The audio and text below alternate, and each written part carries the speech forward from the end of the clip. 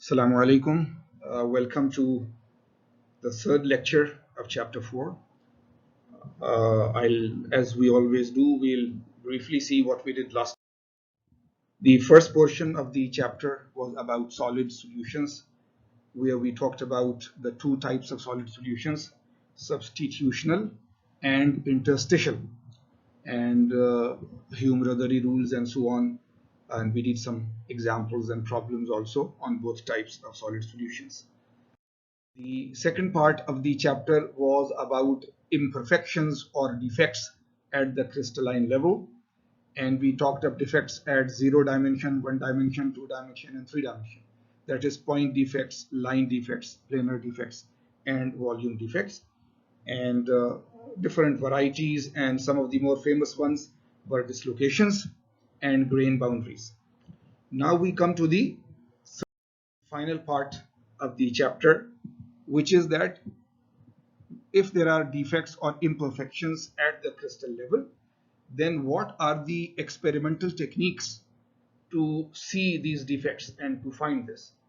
So this is called microstructure, to find the structure of the material at the micro level.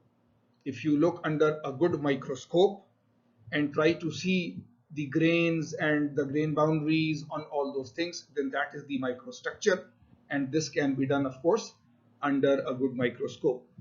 So we will start with how do we observe grain boundaries, and this is done under optical microscopes, and this work of finding grain boundaries and grains and so on is called metallography, right? You know, photography is taking pictures, so metallography is taking microscopic pictures of metals.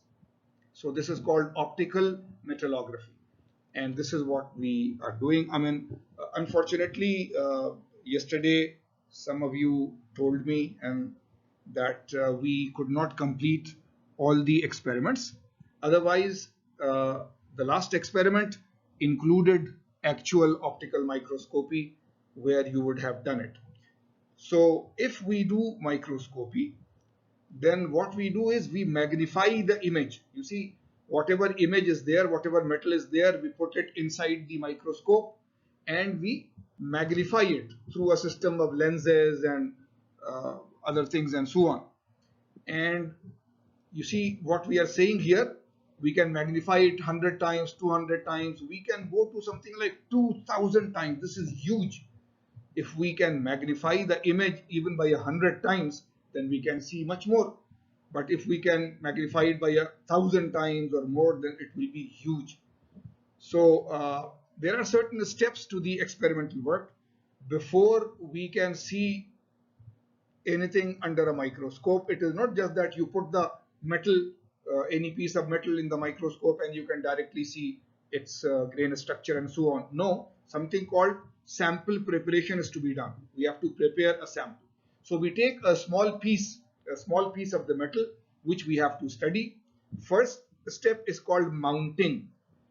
There is a machine which is called a mounting machine, in which there are small discs of some plastic material, a small disc cylinder, a small cylinder, and we put our metal piece in the center of that plastic cylinder, put that under the machine, and that machine will do high pressure and some temperature, and that small piece of our metal will completely become a part of that small plastic cylinder, and it will be completely sunk, so that the top surface, now our material piece has been pressurized so that it goes inside the plastic and only the top of the metal surface is now available. So now mounting has been done. Then we take this mounted sample on which our metal piece is there, and we do a 4 stages of grinding. You see, so we take that piece and we grind it. You know, in the mechanical workshop you have seen surface grinders and other grinders. By grinding we can really improve the surface finish. So we grind it in 4 stages: rough grinding, medium rough grinding, medium grinding, fine grinding. Some years ago, it used to be done on manual machines. There would be a machine on which a piece of emery paper is moving around, and we take our piece and we press it against that moving piece of emery paper and we grind it. And then after grinding is complete on this one, we take it to another machine of the same kind on which emery paper, which is finer, is there, and we grind it on a finer scale, and we do this in 4 stages until it is highly polished. It is highly polished. And nowadays there is automatic grinding machine, so you put it there and the mounted piece, and one by one it will go through the first stage, second stage, third stage, fourth stage of grinding. So it is nowadays done automatically. Now in our lab also automatic grinder is there. The final stage of grinding is known as polishing. It is called polishing. So it is also a grinding, but this is done on a very fine scale. We have some diamond paste that we put there, and instead of the abrasive paper, there is usually a very high quality silk paper, silk cloth or something, just like when your car is to be polished, then there is a polisher and so on. So after finishing all these stages of grinding, we take it to the polishing stage, and now after polishing, it is so shiny that you can see your image in it. So now mounting has been done, grinding has been done, polishing has been done. The final stage is called etching. If you take the finally polished piece and put it under the microscope, you will just see a brilliant surface like a mirror. You can't see any grains or anything. So what do we do? There is a chemical that is made for every type of metal. Suppose it is normal medium carbon steel. Then in handbooks it will be written, this information will be available, that the etching solution should be which chemical. It is a little of this acid, a little bit of this, we mix it in a certain ratio. So that chemical is now there. And if it is plain carbon steel and we follow how to make exactly that chemical, then now our polished sample we put into that chemical. Of course, we are very careful. We hold it by forceps and so on, so that we don't touch the liquid because it is high strength chemical. And we put our sample in there, and in the handbooks the etching material, the etchant, will be specified, and the time that should we put it there for 10 seconds or 15 seconds and so on, and that's it. Within that time we put it, shake it a little, and then take it out and dry it. So now this chemical is especially designed so that it can chemically react with the surface of the material that we have, right? We have a small piece of the metal, if you remember, in the mounted plastic piece. So, and it is highly polished now. And when we put it into the etchant, then this etching material will very quickly start to react. Now, we have told you several times that if a crystal structure is there, metal is there, then the weakest part is the grain boundary. So the chemical reactions take place with the etchant only on the grain boundaries. So a little portion of the grain boundary, some nanometer depth, is eaten away, right? Now, when we put this material under the microscope, then all the grain boundaries and all the grain structure is now easily seen. The rest of the material is still shiny and polished, but only the grain boundaries have become darker because of the chemical reaction between the etching material and our base metal. So now when you see it, then you see the grain structure. So this is the whole thing. Now, under the microscope, sometimes the image that we see is black and white or gray, but in modern microscopes and so on, we can see the colored images and so on. So that is there, right? So this is the process.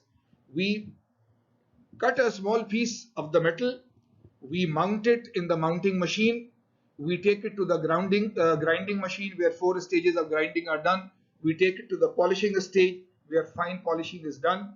We put this finely polished sample into pre-prepared etching material for this particular metal, and we follow the guideline of how much time we should expose it to the etchant, take it out, dry it, and then put it under the microscope, and now you can see the structure.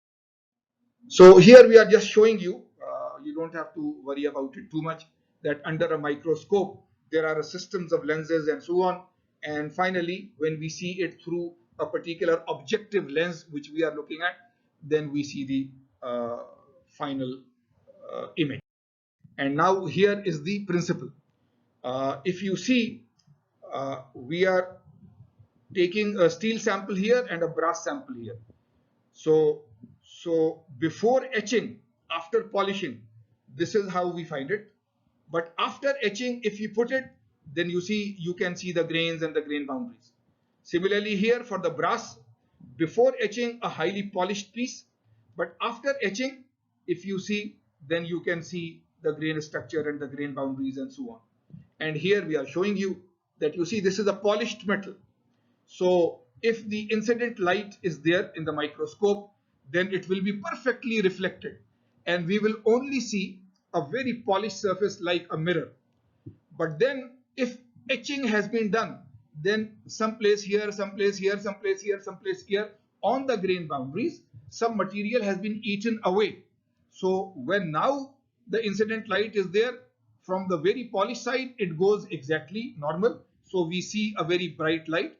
But wherever there was eaten away material, then it reflects at a different angle. So we don't, this does not go to the objective lens, and we see a dark place there, right?